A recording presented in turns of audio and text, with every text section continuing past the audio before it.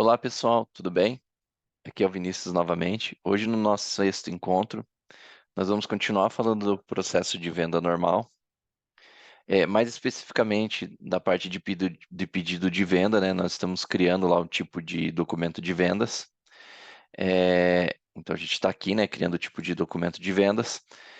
E a gente viu no nosso último encontro aqui os dados de processo de transação, que cada um desses campos aqui ele tem de configurável. E hoje a gente vai falar um pouquinho mais sobre o esquema de dados incompletos, né? Qual que é a funcionalidade do esquema de dados incompletos aqui, né? Que a gente atribui no tipo de ordem, né? Mas antes de falar especificamente de como configurar o esquema de dado incompleto, um passo importante que você precisa ter lá no teu checklist, né? De atividades na hora que você está fazendo uma configuração de um novo tipo de documento de vendas, é acessar a transação VUA2, né?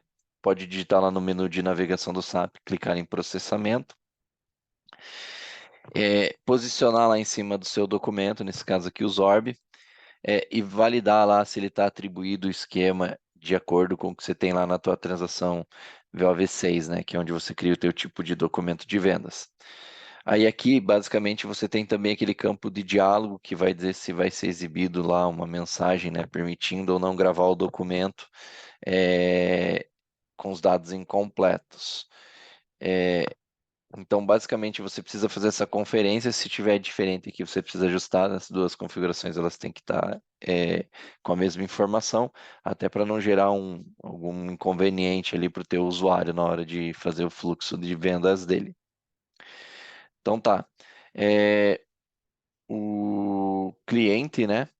Ele vai lá e te pergunta: poxa, mas Vinícius, estou fazendo aqui o processo, estou validando aqui o processo e eu identifiquei lá, né, que quais são os campos que tem que ser obrigatório. Então, por exemplo, tem campos que o cliente, né, o usuário lá do SAP, ele vai precisar preencher para salvar a ordem de venda porque são relevantes para o processo, né?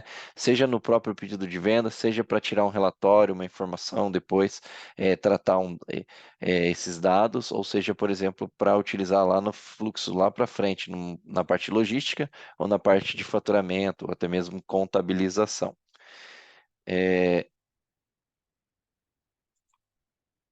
Então, é, aonde que eu configuro, né, a lista de campos?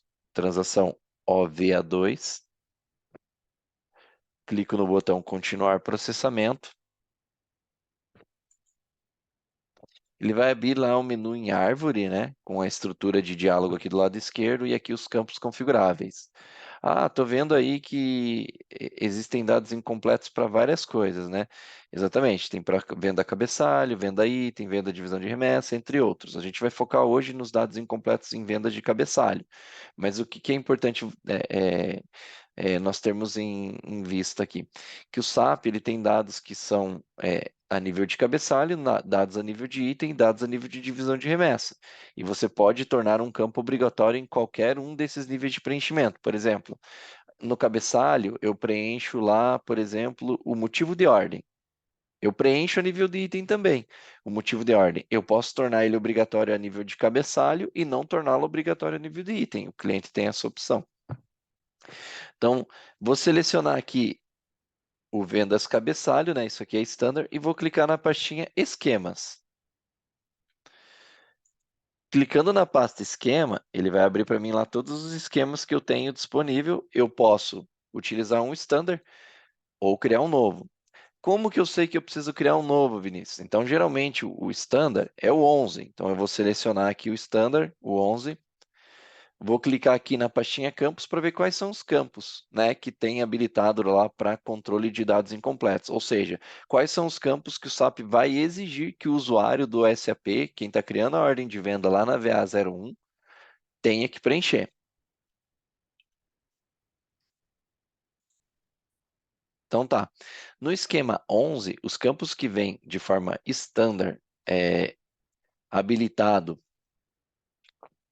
para preenchimento são o data do documento, que é um campo que é preenchido automático, o escritório de vendas, a moeda do documento, referência do cliente, Incoterms, data de fixação do preço e condição de pagamento.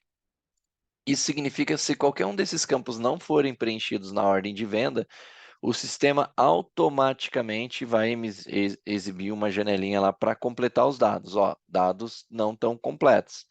Precisa preencher lá a data do documento, escritório de vendas, e por aí em diante, né? Aí a gente tem o status, na verdade o status ele serve para dizer em qual processo que é relevante a validação desse campo, por exemplo.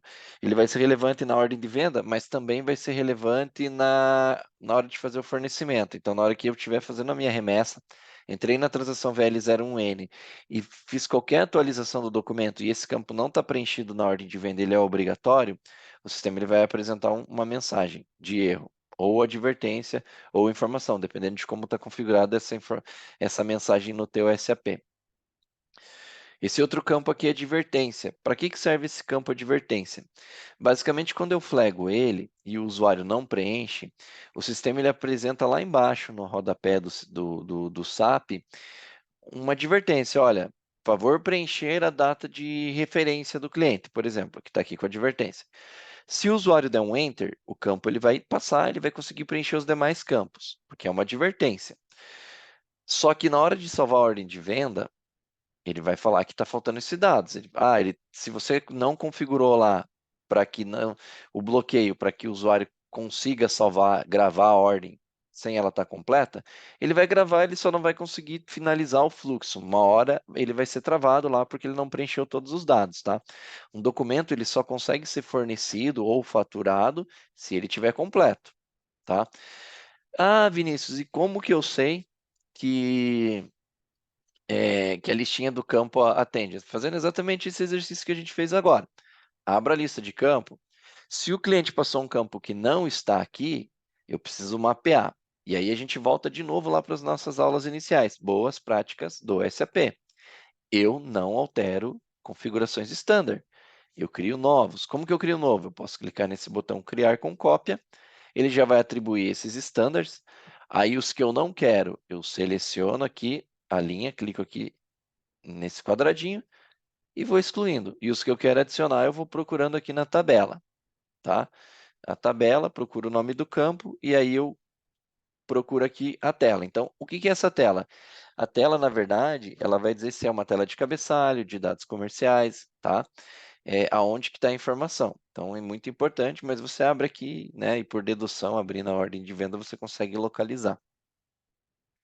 E esse último campinho aqui, Vinícius, para que serve esse último campo aqui?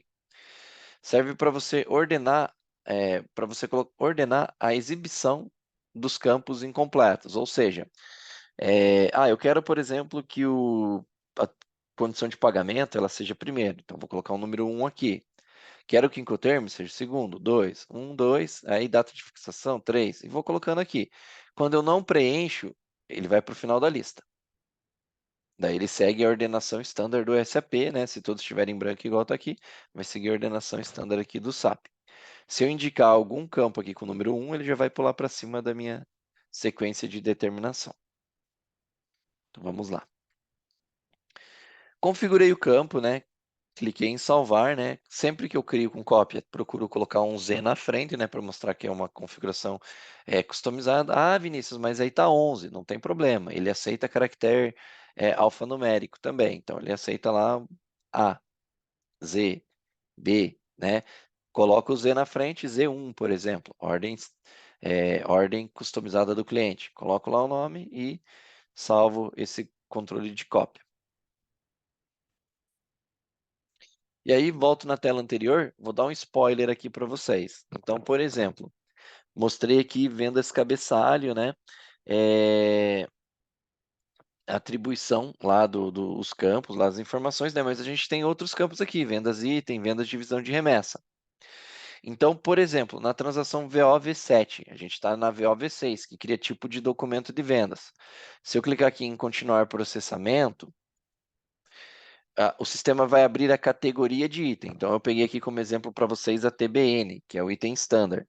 Se vocês olharem aqui no processo de transação, ele também tem, ó, processo de transação e tem outras configurações que a gente vai falar lá na frente. Estou dando um spoiler aqui para vocês. Esquema de dados incompletos a nível de item também está aqui, ó. E está aqui, ó, esquema de dados incompletos é o B1. Um outro lugar daí que eu preciso ter lá no meu checklist de validações é na transação VUP2.